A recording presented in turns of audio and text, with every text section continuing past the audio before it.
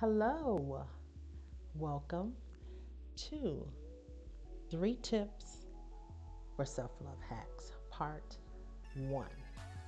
First, I'll share my personal definition of self love. Self love to me is when you are settled within yourself. Once you have abandoned the need for others' validation as well as meeting their expectations for you. Now let's get into the hacks. Number 1, get to know yourself. And you can do this by spending time with you, going out on a date or just hanging out at the house by yourself. This way you can learn what are some things that you like, what are some things you don't like, what are some things you do well, what are some challenges. Once you are able to learn these things about yourself, then you can effectively communicate as well as you can just do the things that you like to do. It's wonderful to really just get to know who you are. Number 2, identify your strengths and or your positive characteristics. And you can do this by just taking some time to get quiet and reflect on some successes that you've had, some things that have gone well in your life, as well as recalling some of the compliments that you often receive from others. That can really help you to identify the things that you do well, those strengths. And you can also reach out to some people that you trust and those whose opinion that you value and see what they say. You may hear something that you hadn't realized before, or it just may be confirmation.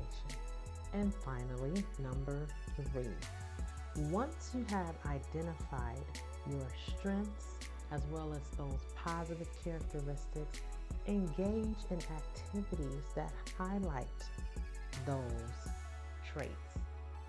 Because when you engage in activities that highlight those traits, it makes you feel happy, you feel good. It brings about a boost of self-esteem and confidence. And you know what? When you feel good, you release those hormones in your brain and bloodstream. And I'm referring to feel-good chemicals. They are oxytocin, dopamine, and endorphins, just to name a few here.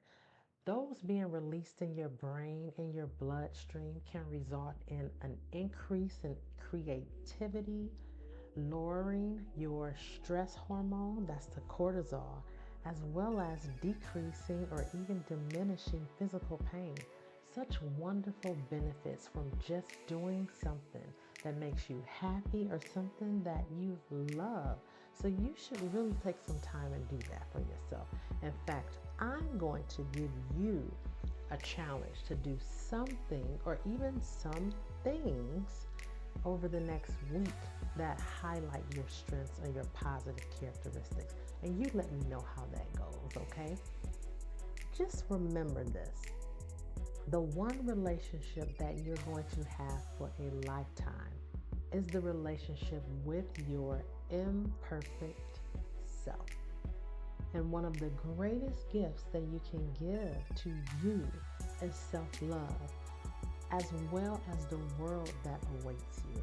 Until part 2, take care, love yourself. I'll see you then. Bye.